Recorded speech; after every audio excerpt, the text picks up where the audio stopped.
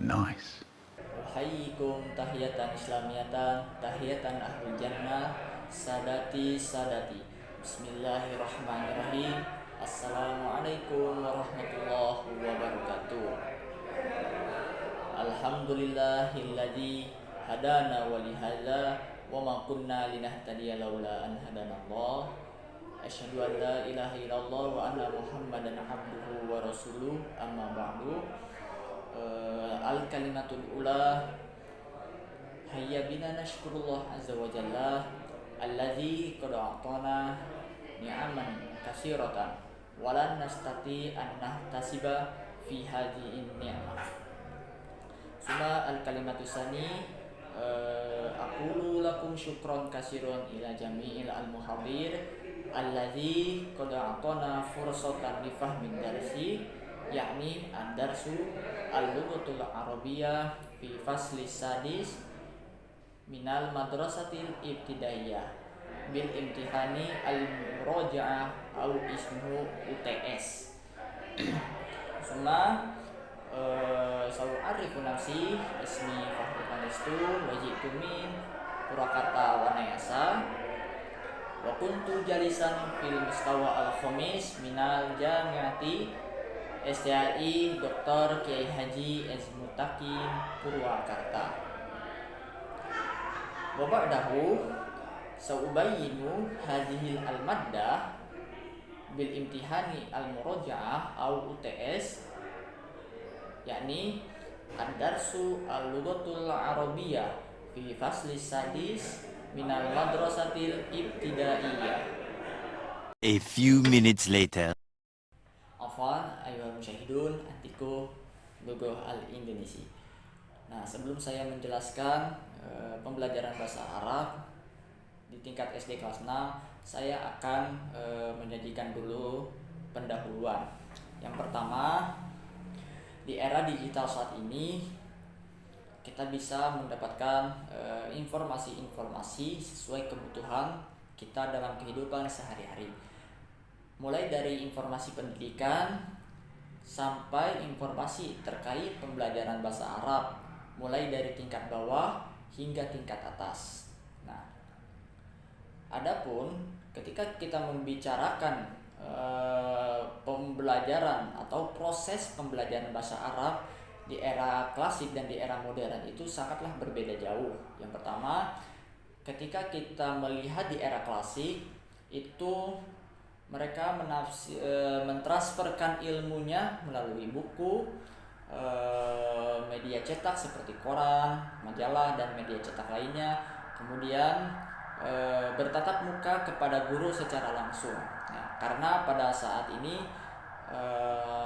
teknologi seperti HP, komputer, dan lain sebagainya itu belum ada. Nah, seiring berjalannya waktu, ya, memasuki era modern, itu perkembangan teknologi itu sangat pesat, sehingga ketika kita mencari informasi terkait pembelajaran bahasa Arab itu sudah tidak melalui majalah, buku, dan lain sebagainya, tetapi kita sudah memasuki era modern, ya, yang dimana informasi terkait pembelajaran bahasa Arab ini itu sudah tersajikan melalui media-media tersebut, ya kan. Nah, kita sebagai calon guru bahasa Arab tersebut, bagaimana kita mampu menggunakan media pembelajaran bahasa Arab, ya, sesuai kebutuhan siswa, ya. Supaya apa? Supaya pembelajaran atau proses pembelajaran bahasa Arab tersebut itu menyenangkan dan efisien, sehingga tercegah dari kejenuhan siswa selama proses pembelajarannya, seperti itu. Nah, tetapi ada satu sisi lain yang dimana calon guru itu belum memperhatikan sisi lain ini ketika proses mengajar, ya. Apa itu? Siswa belum sepenuhnya memahami dan mempelajari bahasa Arab yang baik dan benar. Mengapa demikian? Nah, yaitu ketika kita dalam proses mengajar, ya, mobil khusus di lingkungan sekolah, itu mereka selalu memakai bahasa ibu dan bahasa daerahnya masing-masing, ya. Karena ketika pengaplikasian di lingkungan sekolah itu sangatlah minim, ya. Nah, berbeda sekali ketika memasuki ranah lingkungan pondok modern yang notabene itu full bahasa, ya. Para santri selalu diajarkan oleh asatidnya itu pengamalan pembelajaran bahasa Arab, kemudian semua materi-materi terkait pembelajaran bahasa Arab, ya. Mulai dari bangun tidur sampai tidur kembali itu selalu diucapkan oleh santrinya itu ana azhabu ilal madrasah wa ana arji'u ilal baiti. Nah, itu 24 jam selalu diucapkan oleh lisan santri yang diajarkan oleh para asatidnya, ya. Kedua perbandingan ini sangatlah jauh, ya, di lingkungan pondok kemudian di lingkungan sekolah. Nah, tetapi guru kita sebagai calon guru itu memiliki PR yang besar. Bagaimana kita bisa menciptakan lingkungan bahasa Arab, ya, khususnya di lingkungan sekolah ataupun di lingkungan madrasah, ya. Bagaimana guru itu menciptakan pembelajaran yang efektif dan menyenangkan, ya. Seperti itu. Nah, di sini ada satu nasihat yang dimana guru tersebut itu memberikan nasihat kepada calon-calon guru, ya. Itu diucapkan beberapa kali oleh Kiai Haji Hasan Abdullah Sahal, ya, salah satu pimpinan Pondok Modern Darussalam Gontor Ponorogo. Nah, apa yang beliau ucapkan kepada calon guru itu adalah ruhul mudaris ahammu min kulli syai'in. Nah, nasihat ini sangat ringkas dan singkat, tetapi maknanya sebagai calon guru itu sangat-sangat mendalam, ya. Ruhul mudaris ahammu min kulli syai'in. Nah, guru selain dijuluki sebagai fasilitator, bagaimana guru tersebut siap melayani kemampuan siswa-siswa yang memiliki minat dalam belajar bahasa Arab, ya. Nah, bagaimana guru mengajarkannya itu secara tulus dan mengembangkan atau memperbaiki karakter-karakter siswa selama proses pembelajaran bahasa Arab tersebut, ya. Sebanyak-banyaknya metode yang ingin kita ajarkan kepada siswa, sebanyak-banyaknya materi yang ingin kita ajarkan kepada siswa, tetapi ketika kita tidak merasakan kepada calon guru semuanya ruhul mudaris ahamu min kulli syai'in ini, maka ketika kita mengajarkan itu pasti salah, ya. Contohnya seperti ini. Kita sudah berada di kelas, tetapi selama dalam proses pembelajaran ini itu salah menggunakan metode, kemudian salah menggunakan strateginya, kemudian langkah-langkah pembelajarannya itu tidak diperhatikan. Nah, maka ketika tiga ini tidak diperhatikan ataupun salah dalam pengamalannya, maka siswa ini mudah jenuh dan bosan dalam proses pembelajaran ini. Nah, maka dari itu kita sebagai calon guru, ya, untuk menciptakan lingkungan bahasa Arab, ya, khususnya di lingkungan sekolah dan di lingkungan madrasah, seperti itu. A few minutes later. Nah, jadi kita akan membahas definisi pembelajaran bahasa Arab di tingkat SD kelas 6. Nah, jadi pembelajaran bahasa Arab khususnya di tingkat kelas 6 SD ini ya, itu berfokus dan bertujuan untuk menguasai struktur bahasa atau struktur kalimat yang sederhana ya, atau dalam kehidupan sehari-hari ya. Terutama itu yang perlu kita fokuskan itu adalah judul, jumlah ismiyah dan jumlah fi'liyah. Nah, lalu setelah itu bagaimana seorang guru itu melayani kemampuan 4 aspek bahasa kepada siswa tersebut. Nah, yang pertama ada namanya maharatul istima', kemudian yang kedua ada maharatul kalam, kemudian ada yang ketiga itu maharatul kitabah, kemudian yang keempat itu maharatul qiraah. Nah, di sini saya akan menambahkan satu maharoh yang dimana siswa ini harus menguasai 4 aspek keterampilan bahasa. Apa itu yang satu? Yaitu maharatul fahmi, keterampilan dalam memahami.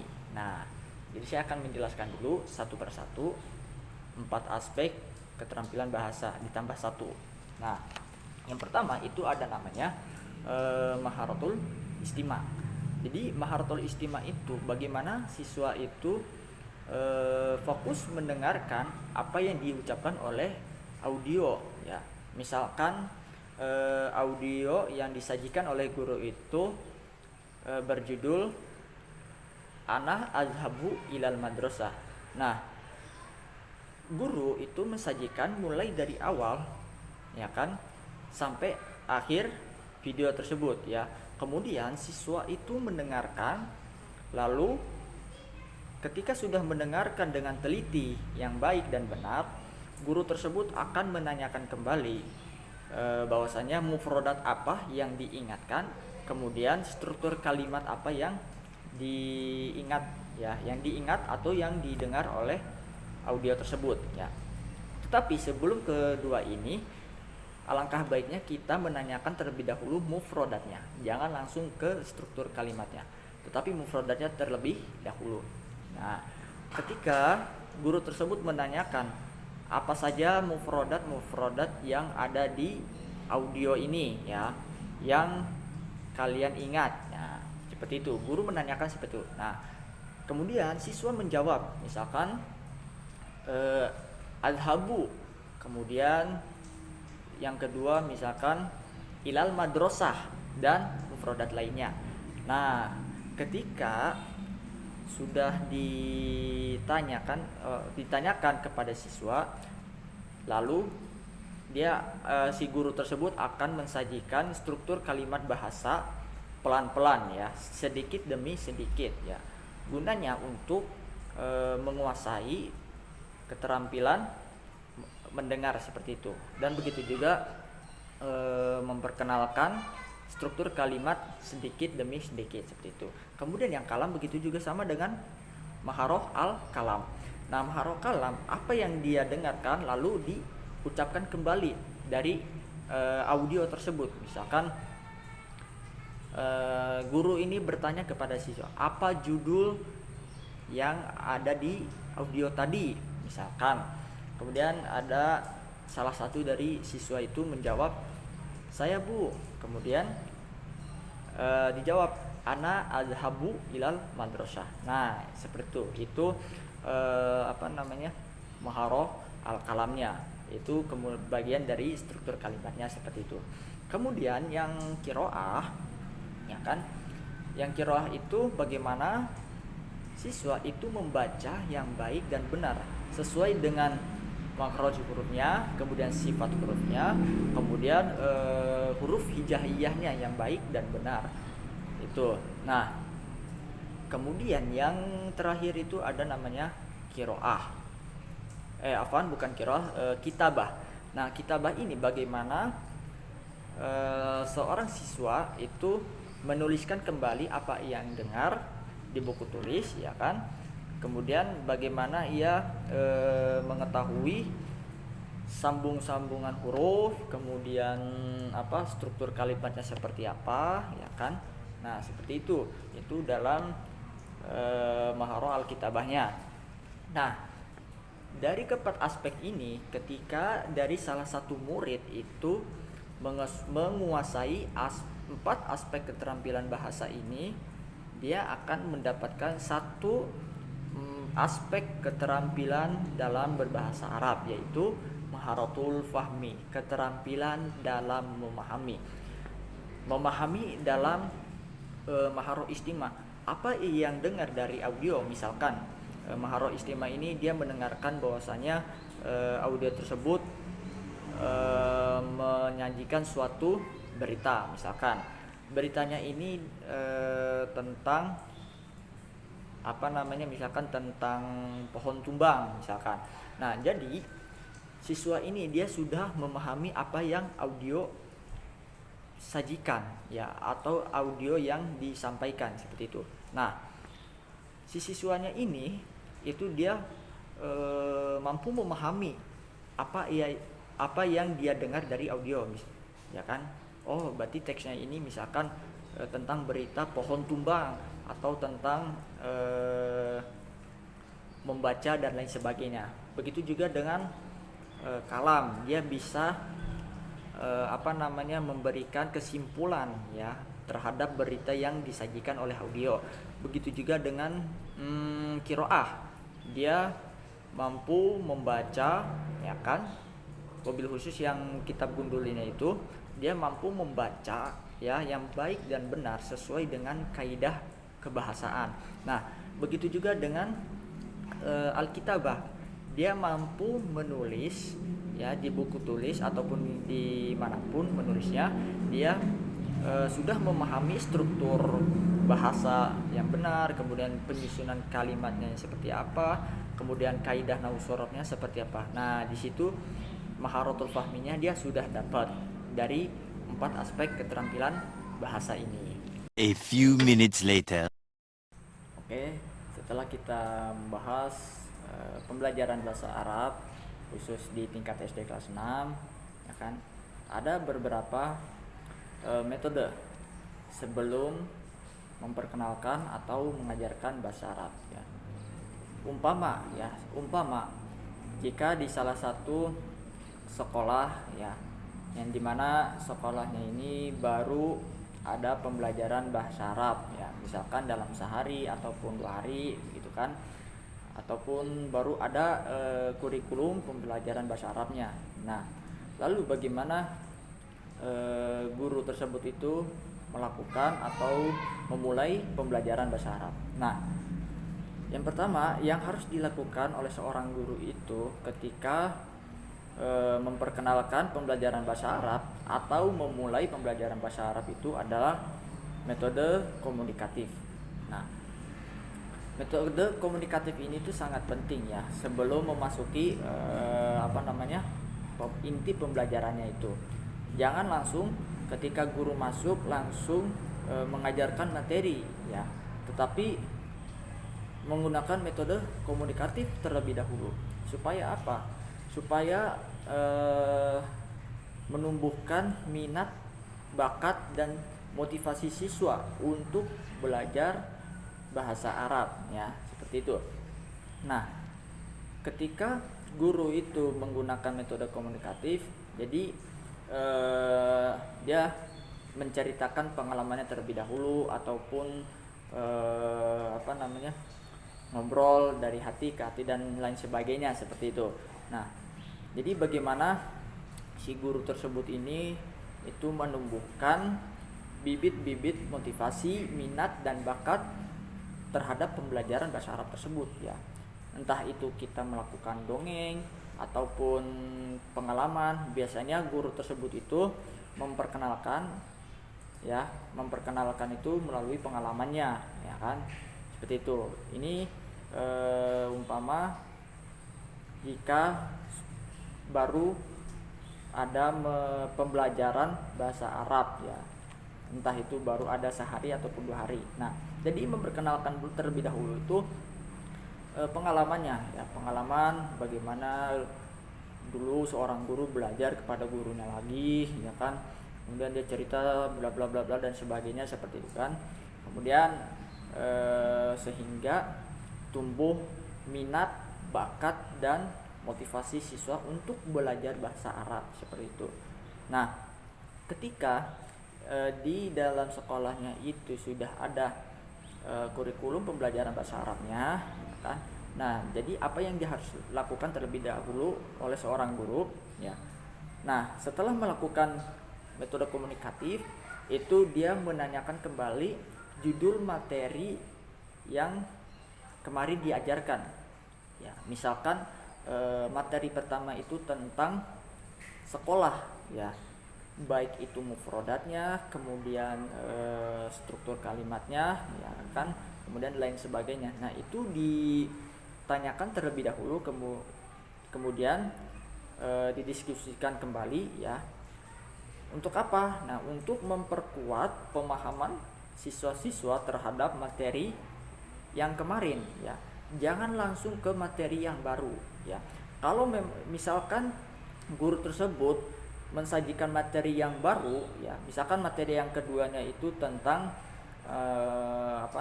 hobi, ya, tentang hobi. Kemudian di pertemuan kemarin itu tentang sekolah. Nah, jika guru mensajikan materi kedua tentang hobi ini, itu tidak lama siswa ini akan cenderung jenuh, ya, karena kaget gitu ya, kaget untuk belajar di materi kedua. Nah, alangkah baiknya sebelum mensajikan materi baru itu murojaah di materi yang pertama, ya. Makanya tadi yang saya jelaskan, jangan langsung ke materi yang baru ya kan, tetapi murojaah atau mempertanyakan kembali di materi yang pertama, ya. Misalkan mata tadhabu ilal madrasah, kemudian kosakata ma makna adhabu ilal madrasah, kan, kemudian dan lain sebagainya seperti itu. Nah, makanya pentingnya untuk murojaah kembali di materi pertama bertujuan untuk menguatkan, ya kan, menguatkan materi yang kemarin dan akan mengkoordinasikan atau mengkolaborasikan dengan materi yang ingin disajikan oleh guru tersebut, seperti itu. A few minutes later. Kita membahas pembelajaran bahasa Arab, kemudian aspek keterampilannya. Lalu kita akan membahas tentang langkah-langkah untuk memulai pembelajaran bahasa Arab. Nah, yang pertama, ketika guru sudah masuk kelas, ya kan, kemudian melakukan metode komunikatif, alangkah baiknya guru itu memurojaahkan kembali materi yang diajarkan, ya. Misalkan di materi kedua itu atau di pertemuan kedua itu judulnya hobi al-hiwayah, ya kan. Kemudian setelah itu guru menanyakan mengajukan pertanyaan kepada siswa ataupun mufrodat yang ia ingat di pertemuan kemarin, ya kan, sehingga siswa ini mudah mengingat, kemudian mudah memahami, kemudian mudah mengucapkan apa yang diingat oleh pertemuan kemarin. Jangan langsung mensajikan materi di pertemuan ketiga.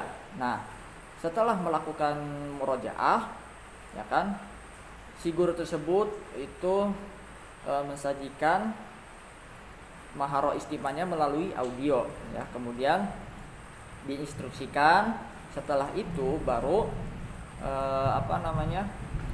untuk mendengarkan secara baik dan teliti. Kemudian setelah mendengarkan teliti yang baik yang disajikan oleh audio, misalkan judulnya itu tentang berangkat ke sekolah, ya kan. Nah, jadi guru tersebut akan mempertanyakan mufradat apa yang dia kenal, ya kan. Kemudian struktur kalimat apa yang ia kenal, ya kan, atau yang dia ingat selama dia ingatkan, seperti itu. Nah, itu dalam metode istima, ya, seperti itu. Kemudian setelah itu siswa mengucapkan satu persatu apa yang siswa kenal atau siswa yang ingat terhadap struktur kalimat ataupun mufrodatnya, seperti itu. A few minutes later. Ke kesimpulan dari pembelajaran bahasa Arab tingkat SD kelas 6 adalah berfokus untuk mengenali struktur kalimat yang sederhana, terutama dalam tema jumlah ismiyah dan jumlah fi'liyah. Nah, bukan hanya sekedar dari pengenalan jumlah ismiyah dan fi'liyah saja, tetapi kita harus memperhatikan kelebihan dan kekurangan dari pembelajaran bahasa Arab tersebut. Nah, sehingga bagaimana seorang guru itu bisa menciptakan lingkungan bahasa Arab pembelajaran yang efektif dan menyenangkan. Nah, sekian dari saya, Arif Pangestu. Kurang lebihnya mohon maaf apabila ada kata-kata yang salah, itu datang dari setan. Apabila yang datang dari yang benar itu dari Allah Subhanahu wa taala. Wabillahi taufiq wal hidayah. Assalamualaikum warahmatullahi wabarakatuh.